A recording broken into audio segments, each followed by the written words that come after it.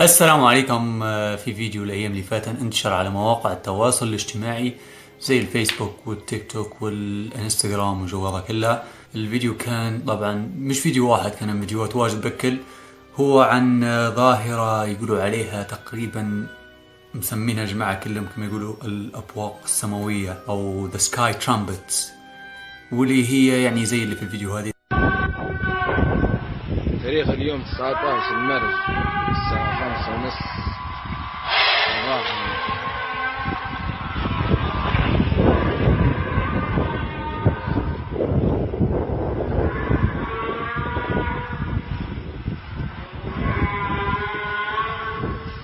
الظاهرة هذه صارت الأيام اللي فاتت في مدينتي اللي هي مرج، صارت في جميع المدن، في معظم المدن الليبية، مش في جميع المدن بل في معظمهم. أغلبهم كانوا مساحليات، لكن حتى المدن اللي كانت في الجنوب قالوا انهم سمعوا الصوت هذا. معظم السكان اللي في المدينة اللي ساكن فيها أنا اللي هي المرج سمعوا الصوت هذا. شوية أنا قلت نخش على النت ونشوف القصة، يعني نحاول نفهم شنو اللغز يعني اللي وراء هذه كلها.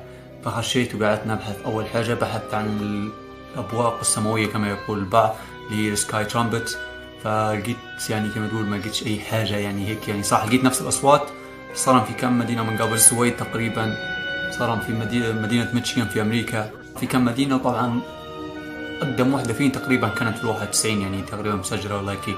في واحدة لقيتها من 8 سنين وواحدة من 7 سنين، كلها نفس الأصوات هذنا. لكن لعن تو يعني بحثت العلماء يحكوا عليهن وهي ما فيش حد أعطى وصف أو سبب واضح للقصة هذه.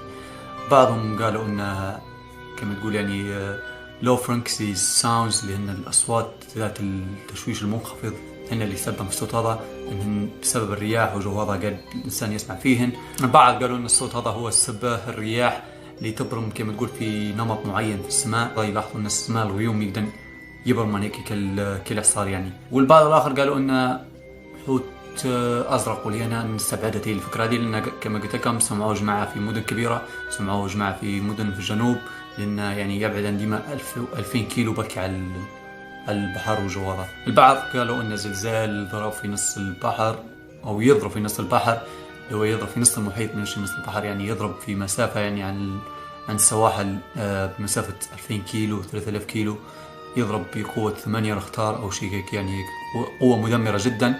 لكن نحن اللي وصلنا هنا كما تقول الهزات والتصدعات اللي صارت بعدها، أو ممكن تحس حتى بهزة بسيطة كهيلي زلازل بسيطة بكي اللي صار لنا.